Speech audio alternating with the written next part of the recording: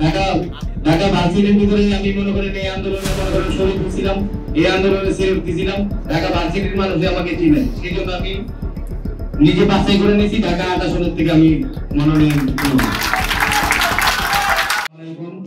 সবাই আমার বড় ভাই ভাই বোন সবাই আসসালামু আলাইকুম।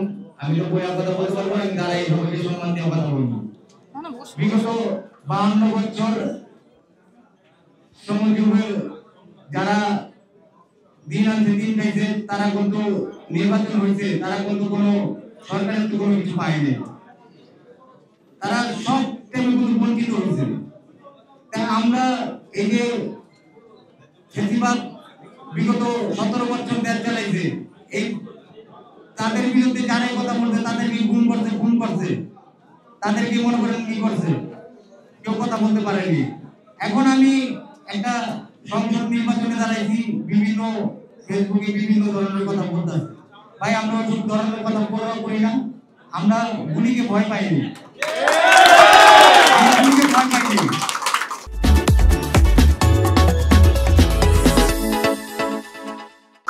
আমার সাথে ভাই যেটা সত্যি কথা, আমার সাথে কোনো কর্মী নাই, আমি কোনো কর্মী নিয়ে চলি না, আমার সাথে সাধারণ জনগণ আছে, আমার সাথে সাধারণ ছাত্র আছে, আমার সাথে সাধারণ প্রবাসীরা আছে। আমার গায়ে যদি কেউ একটা হাত দেয়, এই বাংলাদেশের মানুষ কেউ ছাড়বে না। আমি সংসদে দাঁড়াইতে চাইনি, আমার থেকে খারাপ লাগছে সংসদে যারা এতিমের টাকা মাইরা সংসদে দাঁড়াইতে পারে, একটা রিকশালা কি জন্য দাঁড়াইতে পারবে? যারা যাত্রাপালায় না নাইটা সংসদে যেতে পারে, একটা রিকশালা কি জন্য যেতে পারবে না? ভাই আমার এত কথা নাই, আমি একটা কথাই বলতে চাই, আমি জনগণের পক্ষে, আমি রিকশালাদের পক্ষে, আমি শ্রমিকের পক্ষে।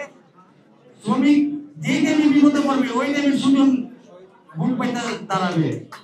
আর আমার আরেকটা কথা, যারাই ভাই সমালোচনা করেন, বিগত 17 বছর কেউ সমালোচনা করতে পারেন নাই, 2024-এর পরে আপনারা সমালোচনা করতে পারতেন আমাদের জন্য। আমরা যদি আন্দোলনে না নামতাম, এই ফেসিবাদ তো ইন্ডিয়া যেত না, আর আপনারা সমালোচনা করতেও পারতেন না। তাই ভাই সমালোচনা করেন, যত সমালোচনা করবেন ততই আর শক্তিশালী হবে। এটাই আমার কথা। সবাই আমার জন্য দোয়া করবেন, দেশের জনগণ আমার জন্য দোয়া করবেন। আসসালামু আলাইকুম। আমাদের আয়োজন 16 প্রার্থী সুজন ভাই ইনশাআল্লাহ আমাদের ঢাকা থেকে আমাদের প্রার্থী, আমাদের আয়োজন প্রার্থী ইনশাআল্লাহ। ঢাকাতে কোনো মার্কা আছে? সুজন ভাই কোনো মার্কা আছে? সেই মার্কা